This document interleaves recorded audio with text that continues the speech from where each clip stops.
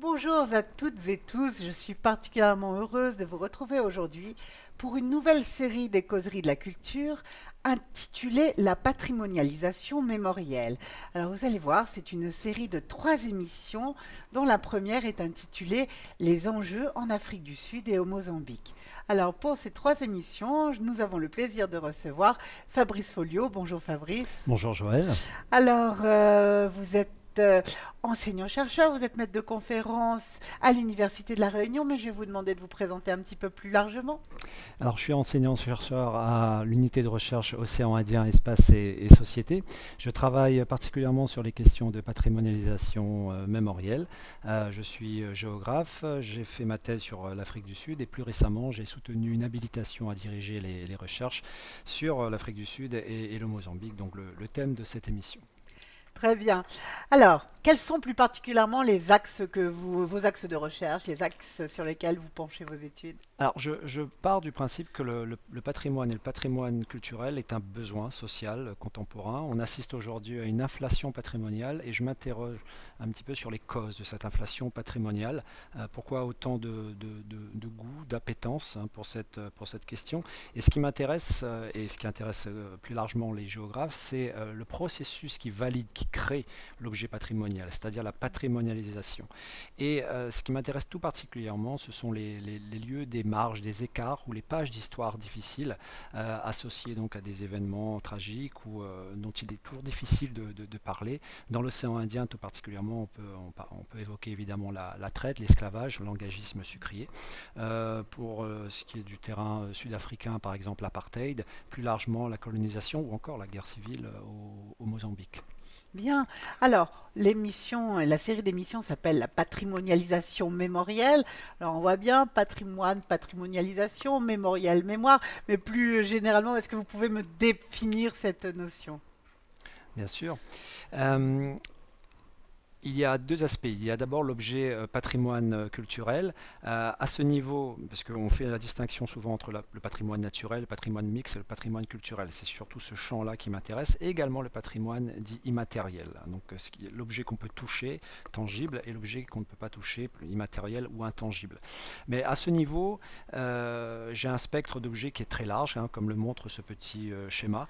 Ça peut engager des régimes de tangibilité et d'intangibilité, je viens de le dire. L'objet peut être à l'intérieur, à l'extérieur, il peut être mobile, immobile. Donc j'ai une vision très large, très holistique de ce qu'on peut considérer comme objet patrimonial. Ça, c'est un aspect. De l'autre côté, donc, j'ai évoqué les lieux de mémoire, hein, ça reprend l'expression de l'historien Pierre Nora, donc tout ce qui se rattache à une histoire difficile. Et derrière, il y a cette idée de devoir de mémoire, de transmission. Il y a aujourd'hui un besoin patrimonial, je l'ai évoqué tout à l'heure, parce qu'il y a une charge mémorielle importante. Et dès lors qu'on va concilier ces deux aspects, donc cette vision holistique des objets patrimoniaux et les lieux de mémoire, on aboutit donc à cette expression donc de patrimonialisation mémorielle. Bien. Alors, justement, alors, est-ce que vous avez quelques exemples à nous montrer, à nous présenter? Alors oui, on peut évoquer sur le terrain sud-africain, vous voyez là, ici, à l'écran, 3 photographies qui montrent un petit peu la diversité des objets patrimoniaux sur lesquels je travaille. Ça peut être des objets statuaires, pardon, donc vous voyez la statue de Nelson Mandela. Alors on est là à l'Union Building, hein, sur Pretoria, la capitale de l'Afrique du Sud, ça peut interpeller, mais en fait cette statue a remplacé une ancienne statue qui elle-même a fait polémique, et donc c'est en cela que ça rejoint mes axes de travail. Ça peut être des graphes ou des murs peints, comme on peut le voir dans le township de Soweto avec la figure de Nelson Mandela. Ça peut être également le buste de Gandhi qu'on voit ici au Constitution Hill à Johannesburg, qui est une prison réhabilitée qui est devenue aujourd'hui donc un objet patrimonial et touristique. Alors, vous allez un petit peu nous parler à présent de l'articulation entre patrimonialisation, mise en mémoire et disparition. Et notamment dans le schéma que vous allez nous présenter, vous parlez de choses qui m'interpellent un peu, notamment qu'est-ce que sont les traces et les marques patrimoniales. Donc je vous laisse nous expliquer tout cela un petit peu sur ce schéma. Avec plaisir. Ce petit schéma reprend les travaux de Vincent Véchambre et de Fabrice Ripoll. Je me suis beaucoup appuyé sur ce travail dans le cadre de mon HDR. Ça présente un petit peu les éléments de façon, vous le voyez, un peu circulaire, et c'est pour ça que j'aime bien. Ça insiste sur l'idée de dynamique. Tout objet patrimonial doit être choisi, sélectionné. Il y a une part de subjectivité, et donc il y a une volonté, une intentionnalité qui est mise en place. Et donc c'est pour ça qu'il faut considérer les choses sous l'optique du mouvement. Et nous, on est très sensible à ça en géographie, les cartes, mais également la dynamique. Et là, vous le voyez, donc, l'objet patrimonial peut évoluer vers la droite, il peut évoluer vers la gauche. Vers la droite, c'est-à-dire qu'on va le trouver, le sélectionner, et on va le valoriser ensuite. Et là, à ce moment-là, l'héritage devient patrimoine, l'espace devient lieu, la trace va subir un marquage, il y aura une signature qui va être accolée donc sur cet objet. Inversement, vous le voyez, un objet patrimonial peut aussi tomber dans les limbes, disparaître, tomber en ruine, il reste des vestiges, être invisibilisé, et là la marche, vous voyez, se fait vers la gauche. Donc on peut appréhender la patrimonialisation donc sous cette double direction. Évidemment, c'est la direction vers la droite qui va valoriser l'objet qui m'intéresse tout particulièrement. Donc pour répondre plus simplement à votre question, un objet patrimonial, donc une trace où il y a eu une page d'histoire qui s'est déroulée importante, sera la trace. Si cette trace est mobilisée par des acteurs et valorisée, elle va être une trace marquée. Donc il y a un objet de départ qui va être valorisé, mais on peut tout aussi construire un musée déterritorialisé, c'est-à-dire sur un endroit où il n'y avait rien, donc on va parler d'un objet ex nihilo, et à ce moment-là c'est une marque simple. Et donc du coup on aboutit à une distinction entre une trace qui va être marquée, ou une marque tout simplement. Donc une trace qui va être marquée, à La Réunion on peut prendre l'exemple de Lazare. Un musée qui va être construit en un endroit bien spécifique où on va mettre du contenu, mais où il n'y avait rien, où il ne s'est rien passé au départ, est simplement une marque. Alors, justement, vous allez un petit peu nous présenter des exemples de tout cela sur votre terrain d'études, notamment sur le terrain sud-africain. Je vous pro- Tout à fait.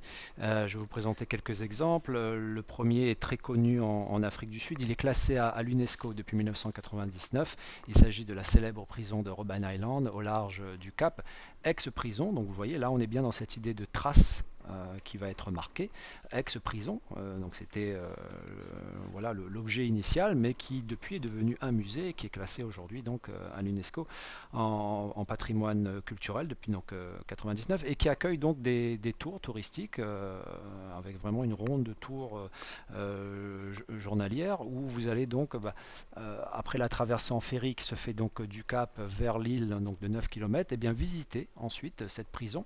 Vous voyez avec des guides qui au départ étaient des anciens détenus qui ont été reconvertis en guides.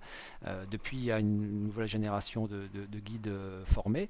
Le passage qui est très important, qui est apprécié de tous les visiteurs au devant de la cellule de Nelson Mandela, puisque Nelson Mandela, et si cette prison est aussi connue, c'est à cause de cela sans doute, a été donc 18 de ses 27 années en prison donc sur cette île, dans cette petite cellule, et aussi le passage devant les carrières de chaux où travaillèrent donc les détenus.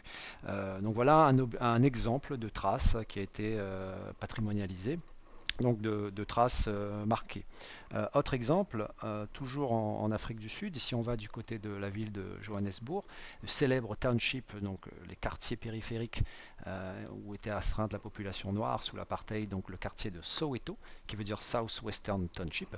Eh bien on a cette maison, là aussi une trace marquée, maison de Nelson et de Winnie Mandela, qui a été reconvertie depuis donc en musée, un petit musée intimiste où on retrouve les objets du quotidien, mais aussi vous le voyez, donc ces grandes plaques, donc beaucoup de documentation, d'objets d'époque. On est là donc dans la fameuse rue Vilakazi Street d'Orlando à Soweto.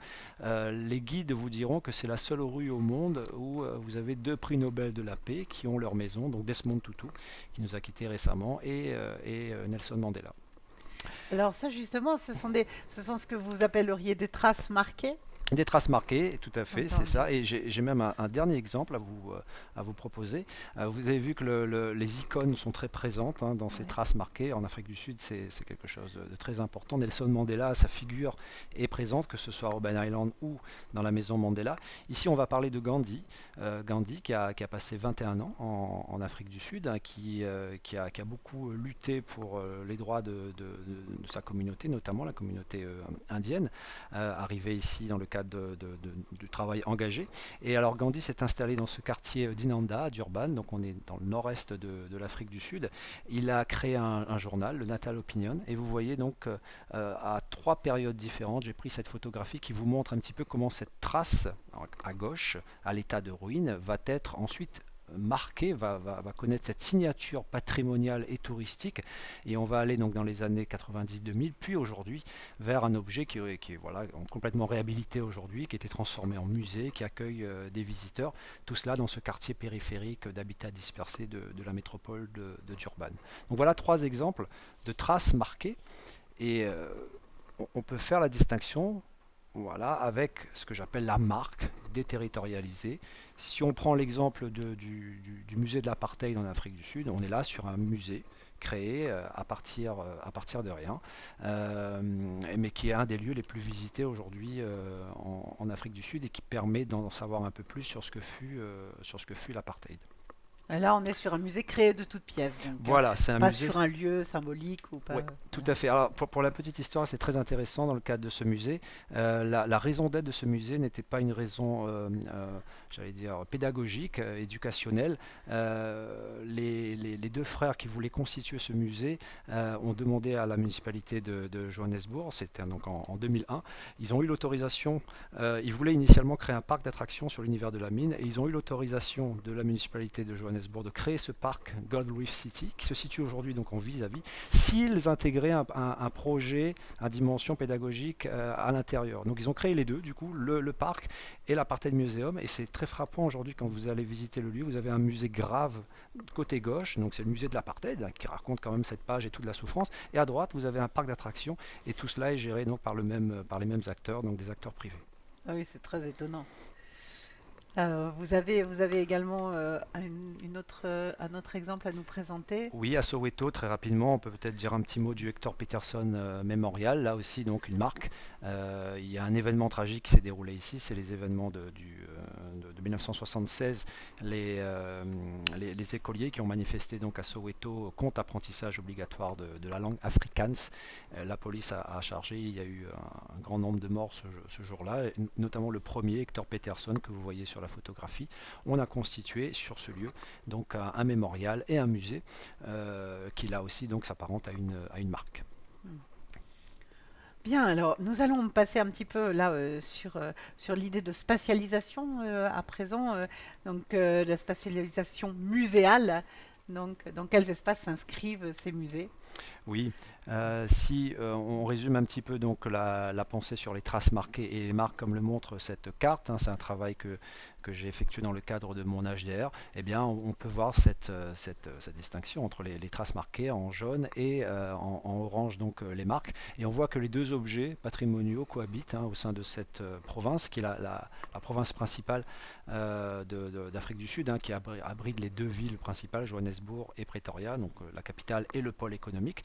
Vous voyez, donc on a des pages d'histoire importantes, on a des monuments importants, mais parfois ici déroulé des choses et on a valorisé dessus, et parfois ce sont des choses qui ont été créées donc de toutes pièces, et le mariage des deux donne cette carte. Alors, je vous propose de poursuivre notre voyage avec votre second terrain d'étude, qui est le Mozambique. Oui, sur le terrain mozambicain, l'approche était un petit peu différente. C'est un terrain que j'ai découvert un peu plus tard. La patrimonialisation touristique est moins poussée qu'en Afrique du Sud, où on a vraiment un fort impact des acteurs, que ce soit la puissance publique ou les opérateurs privés. Donc au Mozambique, on est sur une démarche un peu plus affinitaire. Je dirais que, pour synthétiser, qu'on est plutôt sur des traces qui vont être ensuite valorisées par un certain nombre d'acteurs, à défaut de marques. Quelques exemples. le Fortaleza, le fameux fort portugais, qui a été détruit maintes fois, qui a été reconstruit dans les années 40 et qui a été donc ensuite transformé en musée historico-militaire donc à l'indépendance en 1975, qu'on peut visiter aujourd'hui, hein, qui est une trace marquée. C'est intéressant, ce Fortaleza à Maputo, il abrite tous les monuments, les statues, les plaques qui étaient associés à la période portugaise. On les a réunis, on les a remisés un petit peu dans ce musée, parce qu'on sans doute on ne voulait plus les voir dans l'espace public. Et donc il abrite en fait tout l'héritage passé portugais, donc de la colonisation européenne au Mozambique. Le deuxième exemple est le Moeda Museum, qui est le musée de la monnaie aujourd'hui, qui est un des plus anciens édifices de Maputo, hein, érigé autour des années 1860, proclamé monument national en 64, musée en 81, qui, vous voyez, donc avec son patio, ses petites salles, est une des infrastructures les plus visitées aujourd'hui à Maputo, et gérée également par l'université Eduardo Mondlane. Et enfin, le troisième exemple, c'est le musée de la Révolution, qu'on retrouve dans la capitale de nouveau, Maputo, qui là, lui, va narrer un petit peu toute la lutte révolutionnaire menée par le parti au pouvoir aujourd'hui, qui était le parti de l'indépendance, donc le Frelimo. Donc on va retrouver, vous voyez, des armes issues... on est très... on baigne dans la guerre froide, hein. On voit les armes de l'ex-URSS, de Cuba. On voit aussi ces deux héros, hein, parce que de nouveau on revient aux icônes. Samora Machel, le premier président du Mozambique libre, Eduardo Mondlane, le fondateur de ce parti, le Frelimo, vous voyez, point levé, haranguant la foule, donc avec des toiles. On est moins, par rapport à l'Afrique du Sud, sur du multimédia, du son, etc. On est plus sur des objets, peinture, photos, mais on peut parler là aussi de traces marquées. Ouais, là, ça, on est sur une iconographie un peu plus datée, entre guillemets, un peu plus marquée Tout aussi, à fait, hein. c'est ça. Alors, à présent, on va voir, on a vu un petit peu ces différents exemples. Je pense que le temps est venu pour montrer un petit peu les différentes étapes de la patrimonialisation. Oui, alors ces différentes étapes me permettent également d'aborder peut-être très rapidement un point qui se superpose, hein, je pense aux traces et aux marques, c'est le fait de parler des inventeurs, des activateurs de patrimoine. J'avais omis de le dire. Pour bien distinguer un petit peu l'Afrique du Sud du Mozambique, peut-être qu'on pourrait dire qu'en Afrique du Sud, on a à la fois des activateurs et des inventeurs du patrimoine, puisqu'on a une démarche qui est vraiment poussée, qui va aller vers la touristification. Là où au Mozambique, on est plutôt sur les activateurs du patrimoine, puisqu'on est plutôt sur des traces qu'on va ensuite valoriser. Et ça rejoint donc ce travail sur les étapes de la patrimonialisation, hein, qui est autre outil que j'ai beaucoup mobilisé dans le cadre de mon HDR. On peut voir que ces étapes sont au nombre de 5. Un objet patrimonial, vous voyez, doit être sélectionné, justifié. On s'interroge et évidemment, donc on justifie le fait qu'il ait une valeur importante. Ça représente le temps du discours. Et ensuite, on va aller vers vraiment le temps de l'action, hein, par différents acteurs, publics, privés, associatifs, sur la conservation, la préservation du site, la labellisation éventuelle, l'exposition, c'est-à-dire l'ouverture au grand public. Et au bout du bout, on peut aller vers la valorisation, ce qui s'apparente à une ouverture touristique. Et là, si je relie cela donc à mes objets d'étude, on peut dire que l'Afrique du Sud vraiment embrasse un petit peu toutes ces étapes, là où des objets au Mozambique peuvent s'arrêter à l'étape de la conservation ou de l'exposition. On est moins sur une démarche de valorisation touristique au Mozambique. Le public est plutôt local, scolaire, qu'en Afrique du Sud, où on a un public vraiment très large, y compris des touristes étrangers, ultramarins notamment. Alors c'est intéressant là, ces différentes étapes de la patrimonialisation parce que c'est vrai que ça donne différentes manières de vouloir mettre en valeur son patrimoine, hein. Oui, Et c'est vrai qu'on a la sensation que le Mozambique n'a pas la même envie, le même désir de faire connaître son patrimoine. Enfin, en tout cas, on a l'impression que les enjeux sont un peu différents. oui, les enjeux, j'aurais envie de dire, les enjeux sont plutôt locaux. Dans un pays qui reste tiraillé aussi par une ex-guerre civile entre Renamo et Frelimo, il s'agit de porter un message fort à l'attention de la population locale sur l'unité de la nation, sur le fait qu'on fasse bloc avec le Frelimo. Donc c'est un message plutôt porté à l'interne. Là où l'Afrique du Sud, qui est une des puissances touristiques du continent, ce qui n'est pas le cas du Mozambique, a un discours qui est tourné à l'interne, donc la réconciliation nationale, les idéaux de Mandela, mais aussi à l'international pour faire venir des visiteurs extérieurs, donc d'Asie, d'Europe, d'Amérique.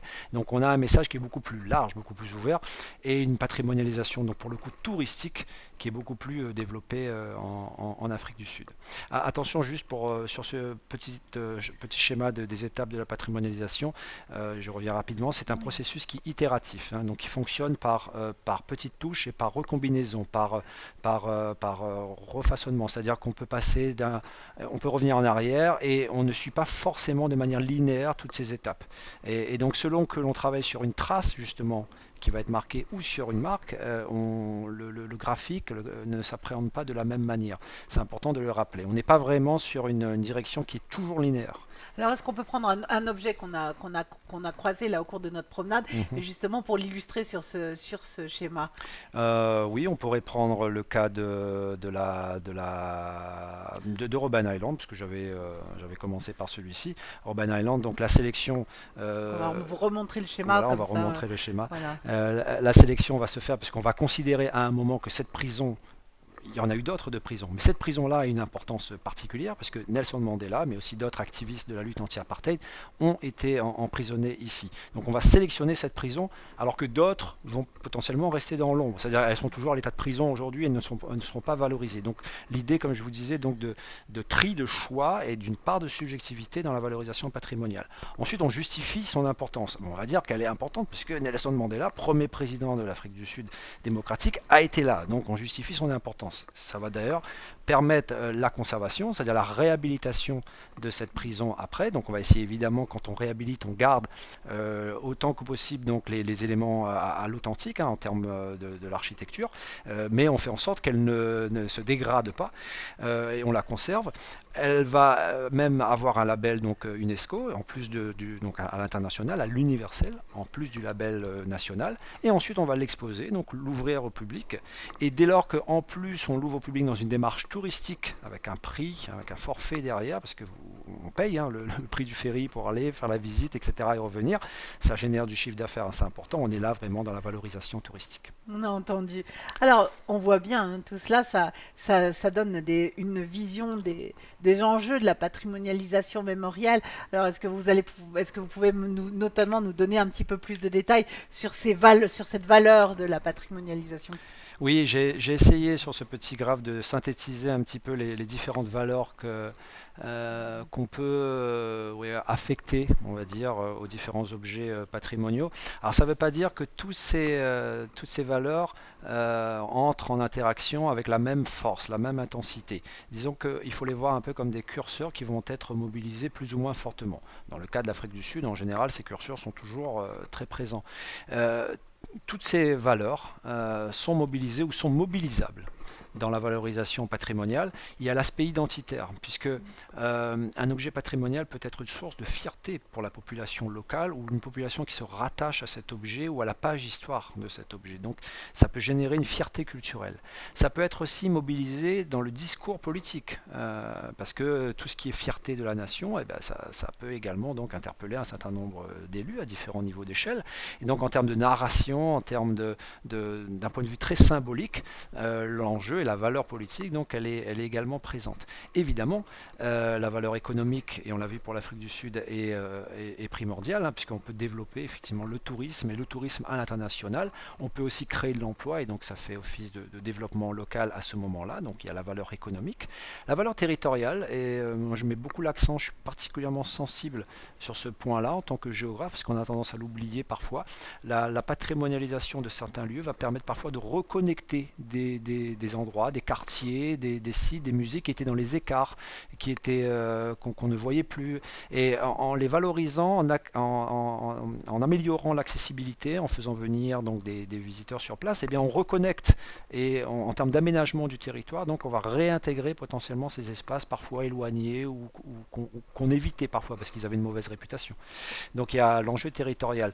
Et évidemment, enrobant tout cela, eh bien, on a l'enjeu scientifique, puisqu'il y a une valeur pédagogique, une valeur historique autour de ces lieux. Et je l'ai mis ce cercle donc au milieu, parce que à mon avis, c'est central. Hein, tout part de là. Et les autres valeurs gravitent autour ensuite. Ah oui, c'est tout à fait passionnant et moi j'ai quelques petites questions encore à vous poser sur ce schéma qui me paraît vraiment très intéressant. Notamment quand on va le remettre, on va le réafficher.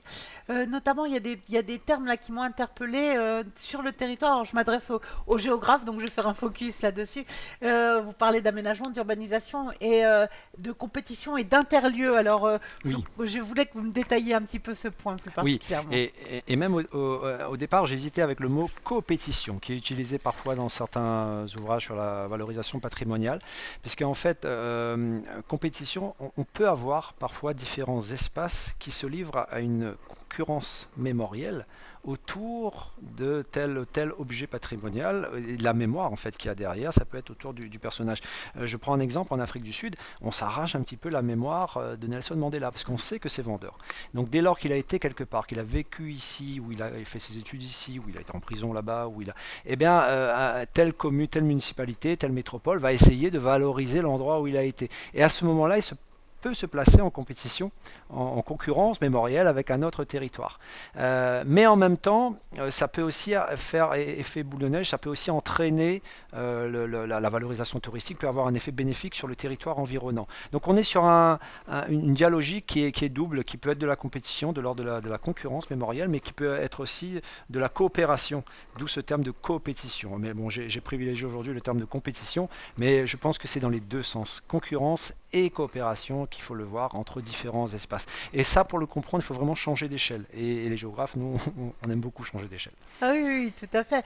On parlait aussi je pense, de modification finalement des terrains sur lesquels on se trouve. Je pense en particulier à Soweto, et l'exemple de Soweto qui était un endroit qu'on évitait totalement, vraiment pendant des années en fait. Quand on revient en arrière sur les circuits touristiques d'Afrique du Sud, c'était quelque chose qui était considérablement on passait très au large, et aujourd'hui c'est devenu un endroit très fréquenté. Et ben voilà, vous avez tout dit. On est passé ce qu'on a pu appeler un no-go area sous l'apartheid, c'est-à-dire une zone de non-droit où il ne fallait surtout pas aller, une zone dangereuse, une zone interlope, une zone de contre-culture. Soweto, dans l'imaginaire, c'est les émeutes, c'est les manifestations. Alors, évidemment, pour lutter contre l'apartheid, mais c'était vu, il y a eu un phénomène de réputation qui est resté, qui est celui donc de zone qui a connu l'état d'urgence, qui a connu les émeutes, et c'est devenu aujourd'hui effectivement un hyper-lieu patrimonial et touristique. Dans la zone d'Orlando, là où il y a le mémorial qu'on a évoqué tout à l'heure, et un peu plus loin, il y a la maison Mandela. Vous avez aujourd'hui des bus touristiques qui s'arrêtent, des touristes. Vous avez dans certains secteurs, plus de visiteurs extérieurs que de populations locales. Le quartier a été réhabilité. On remet en place l'idéal type, on va dire, entre guillemets, de l'apartheid pour représenter les choses telles qu'elles étaient avant, mais la population locale a été un petit peu dans les franges, et on a plus de visiteurs extérieurs que de locaux. Et donc d'un no-go area, d'une zone de non-droit, on est passé à un hyperlieu touristique et patrimonial. Et ça, c'est pour ça que je m'intéresse particulièrement aux marges patrimoniales. Je trouve que le patrimoine et la valorisation touristique et patrimoniale permet particulièrement cela, d'aller prendre des objets, des lieux qui étaient relégués, refoulés, ségrégés, où on n'allait plus, qui avaient une mauvaise réputation, et à les réhabiliter, à les recentrer. L'ancienne marge redevient un centre. Et la valorisation patrimoniale et touristique permet beaucoup cela. Alors pour terminer sur ce schéma, c'est vrai que on a vu aujourd'hui les terrains, vos terrains d'études en Afrique du Sud et au Mozambique, et quand on réaffiche le schéma, il y a un dernier petit point que je voulais évoquer avant que nous nous quittions, c'était la notion d'identité, de fierté culturelle, d'identité collective, etc. Et là, quand je regarde l'ensemble de ce schéma, je voudrais revenir sur le Mozambique. Oui. On a vu que la démarche de patrimonialisation était très différente de celle d'Afrique du Sud, et revenir sur la fierté, peut-être l'identité, peut-être que la valeur de l'identité est importante au Mozambique. Oui, alors au Mozambique, c'est le contexte est assez particulier, c'est qu'on est un pays très étiré, avec une quantité importante donc, de groupes socioculturels, on a pu appeler ça ethnie par ailleurs, qui en plus a pu entrer en confrontation, donc bon, il y a tout l'héritage de la traite, mais il y a eu surtout donc, la guerre civile plus proche de nous, donc ayant opposé deux partis, Renamo et Frelimo, et avec donc des groupes socioculturels qui se sont répartis entre ces deux partis.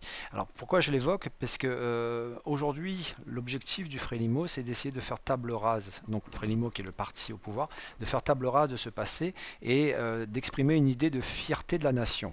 Et donc ils vont jouer dans leur narration patrimoniale et touristique, donc c'est là où je parle d'une certaine fierté. Ils vont mobiliser sur quoi? Ils vont pas rappeler la guerre civile, ils vont pas rappeler tout ce qui a pu diviser la population entre elles par le passé. Ils vont montrer ce qui fait consensus. Et ce qui fait consensus, c'est quoi? C'est le fait d'avoir combattu les Portugais, d'avoir fait la lutte révolutionnaire et d'avoir pris l'indépendance. Et donc toute leur narration patrimoniale et touristique va être tournée à dessein vers l'unité de la nation, et c'est pour ça que vous avez ce musée de la Révolution, mais aussi les autres objets, qui pour montrer qu'on fait corps et on a tourné la page de la colonisation européenne et en tant que nation libre. Et ce faisant, on essaie d'évacuer tout le reste parce que c'est moins intéressant. Donc l'idée de fierté, vous voyez, le rond identité et le rond politique sur ce petit schéma peuvent être très liés. C'est le cas du Mozambique. Entendu. Bah, écoutez, merci beaucoup. Alors, c'est vraiment passionnant. Alors, on a tout à fait hâte de vous retrouver pour les deux prochaines causeries pour continuer d'évoquer cette patrimonialisation mémorielle. En attendant, je vous remercie beaucoup, Fabrice, pour Merci cet Joël. entretien. Et je vous souhaite à tous et à toutes de nous retrouver autant que vous le souhaitez sur nos réseaux, sur YouTube, sur Facebook, à l'Université numérique de La Réunion. Et à très bientôt